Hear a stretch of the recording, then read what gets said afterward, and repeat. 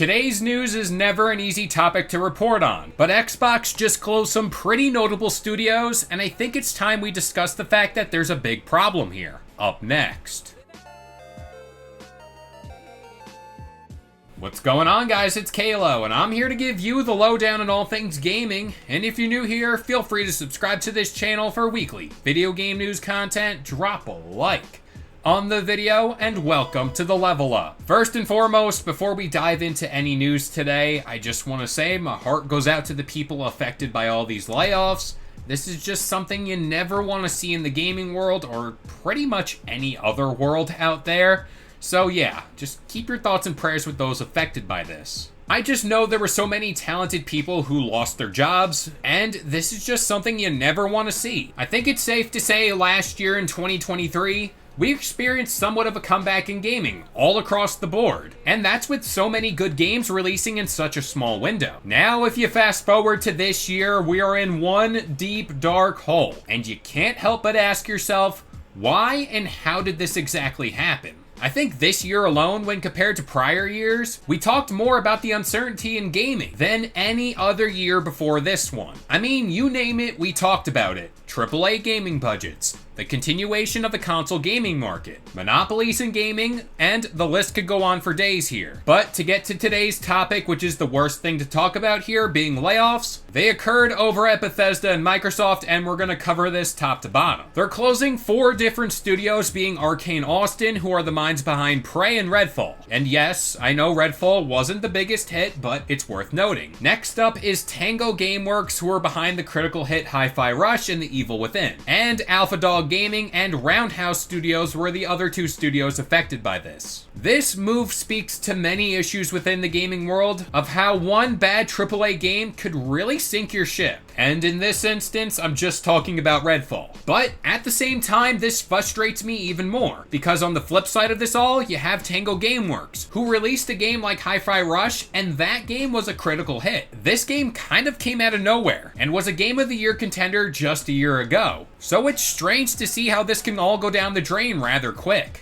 And at the same time, this situation and game have now become the poster child of everything that's wrong over at Xbox. And I gotta be upfront. Normally, I'm an Xbox fan, but today, I really gotta be critical here. Now, before Hi-Fi Rush, publishers were often keen to sticking with what works, and moving away from taking creative risks and trying new things when it comes to their next big games. Now, Matt Booty linked all these cuts to, quote, reprioritization of titles and resources, which basically means they're essentially shifting focus to titles and franchises they deem more important in the big picture. And just last week, we seen Square Enix pull off somewhat of a similar move with their AAA games going forward. So in the case of Bethesda here, it looks like they're going to be shifting focus to titles like Elder Scrolls 6 and of course Fallout. And for me to sit here and arguably be one of the biggest fans of both games and say they shouldn't have done this, especially at the cost of a studio like Tango Gameworks, that should really speak volumes of how bad of a move this really is. This doesn't even begin to touch on the fact that Tango Gameworks was the only Japanese studio that Xbox had, which Japan is a region they struggled heavily in. Phil Spencer even talked about how he wanted to expand into said market, and you had one of the biggest studios within that region right there in your back pocket.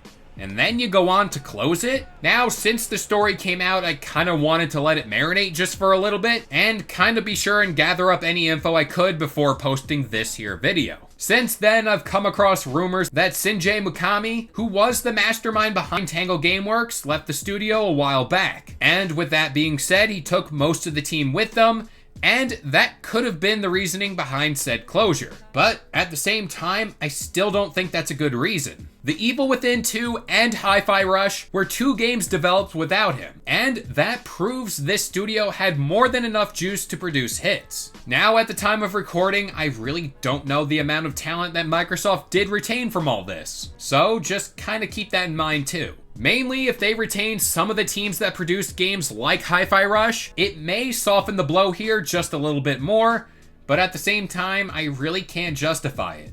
Context is key here, and hopefully more news would follow. But just kind of speaking as a fan, this is just frustrating to see. And that's just because Xbox grew with all these studios and the games they released. Xbox finally had talent and games to feed their consumers for the first time in a damn long time. And it just seemed like everything was in place for long-term success. Just by my eyes, and this isn't based off fact, Xbox has now taken up more of a corporate outlook on things, which sucks, and again, this is just my outlook. And you could argue this could have been their outlook all along, which, hey, it might have been. But that right there is a huge red flag. We've talked about this divide between Team Xbox and Microsoft. Let's not forget Team Xbox consists of Phil Spencer, Sarah Bond, and Matt Booty. And they all have to work in tandem with the higher-ups over at Microsoft on the business side of things. So a power struggle could possibly be going on here, which again, it makes sense. It just seems like everything they said in the last year doesn't match up with the moves they're making now. Microsoft paid a lot of money for these studios, and that's clear proof there will be a huge focus on the gaming division, mainly because they want that sweet return on investment. So it's pretty possible here that this is where the suits step in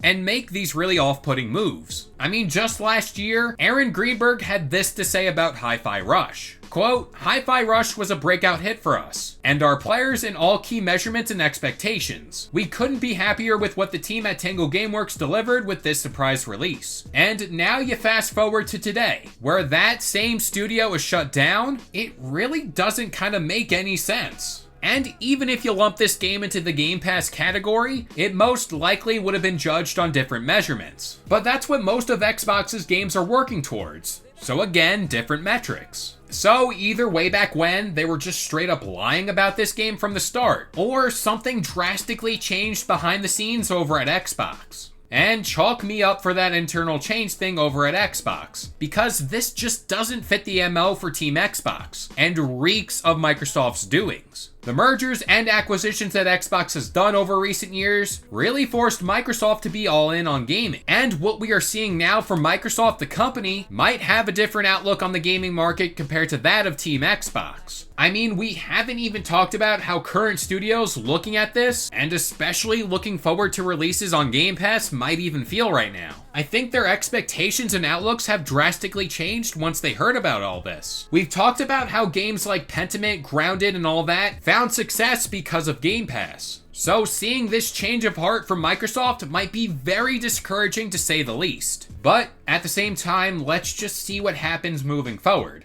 Maybe they come out to talk about this all and kind of give context, which I do think is key here. So if that happens, well, I'll meet you back here and talk about it more. But with all that being said, I'm going to pass it off to you guys. What do you guys think of all these developments, and what do you think happens with Xbox moving forward? But that about does it here. I've been Kalo. I gave you the lowdown on all things gaming. And if you're new here, feel free to subscribe to this channel for weekly video game news content. Drop a like on the video, and this has been the Level Up.